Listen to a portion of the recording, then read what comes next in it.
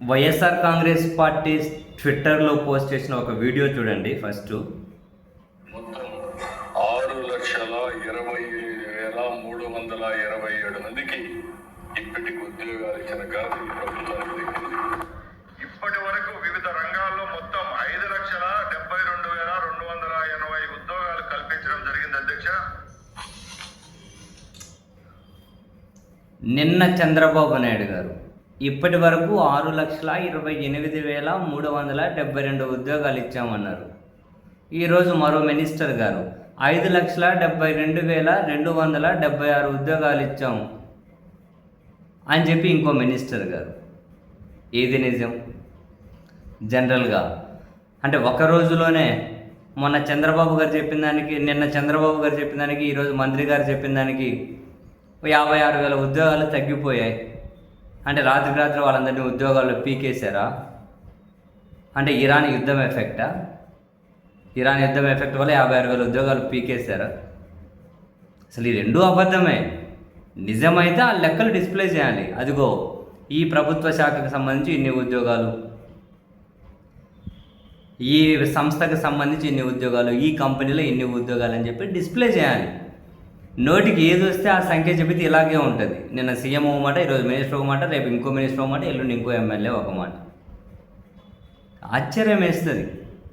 నిండు అసెంబ్లీలో కూడా ఒక్కరోజు వ్యవధిలోనే ఇంత యథేచ్ఛగా అబద్ధాలు చెబుతూ ఉంటే, నోటికి ఏ ఫిగర్ వస్తే ఆ ఫిగర్ రాసుకొని వచ్చి మాట్లాడుకుంటూ పోతే, అసలు చూపించకుండా, ఎక్కడెక్కడ ఉద్యోగాలు ఉన్నాయని చూపించకుండా మరేంటి? మరి ఇంకా చట్టసభలకు ఉన్న గౌరవం ఏంటి?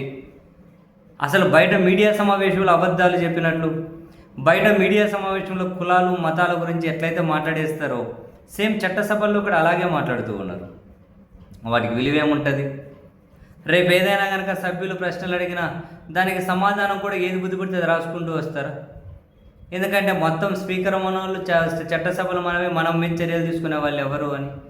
రేపు అధికారం మారిన తర్వాత వాళ్ళు ఇదే పని చేసుకుంటూ పోతారా? మరి ఆ సభలు ఎందుకు? సభల గౌరవం ఎందుకు? ఇంకా నిజం ఎక్కడ చర్చ జరగాలి? చాలా ఆశ్చర్యం వేసింది. ఒక్కరోజు నిన్న సీఎం గారు అట్లా, ఈరోజు ఇంకొకరు ఎట్లా, ఆధారాలుగానే చూపించకుండా ఒక నంబర్ చదువుకుంటూ పోతూ ఉన్నారు. ప్రభుత్వం దగ్గర లెక్కలు లేవా? అంకెలతో సహా చెబుతూ ఉన్నారు. అంటే లక్షలు, వేలు, వందలు, పదులతో సహా 6,28,372, నెక్స్ట్ 5,72,276 ఇట్లా. అది ఒకరోజు వ్యవధిలో డిఫరెంట్గా రాజ్యాంగ విలువలను, రాజ్యాంగ సూత్రాలను, నిబంధనలను పాటించుకుంటూ మతాల ప్రస్తావన తేకూడదు అన్నది లేదు వీళ్ళకు. అసెంబ్లీకి మనం అబద్ధాలు చెప్పకూడదు అనేది లేదు. అన్ని హద్దులు దాటేసారా? సీరియస్లీ అన్ని హద్దులు దాటేస్తూ ఉన్నారు. బహుశా వీళ్ళ బరితెగింపుకు కారణం ఏంటో, కంప్లీట్గా వీళ్ళకు వీళ్ళే అధికారంలో ఉండే విధంగా ఏదైనా సపరేట్గా అల్గారిథం రాసుకున్నారో అసలు ఏం తెలియడం లేదు. ఏమైనా సపరేట్ అల్గారిథం రాసుకున్నారా? మనం ఏం చేసినా, ఏం మాట్లాడినా, ఎట్లా ప్రవర్తించినా చెల్లుబాటు అయిపోతుంది అని. అట్లయితే మీ ఇష్టం, ఎలాగైనా ప్రవర్తించండి. ఎవరికి వచ్చిన నష్టం ఎవరేం చేయలేరు కదా. వాళ్ళే అల్గారిథం రాసుకుంటే అధికారంలో ఎట్లా కంటిన్యూ అవ్వాలో, ఇంకా దానికి ప్రజల ఓట్లతో సంబంధం ఏముంటుంది?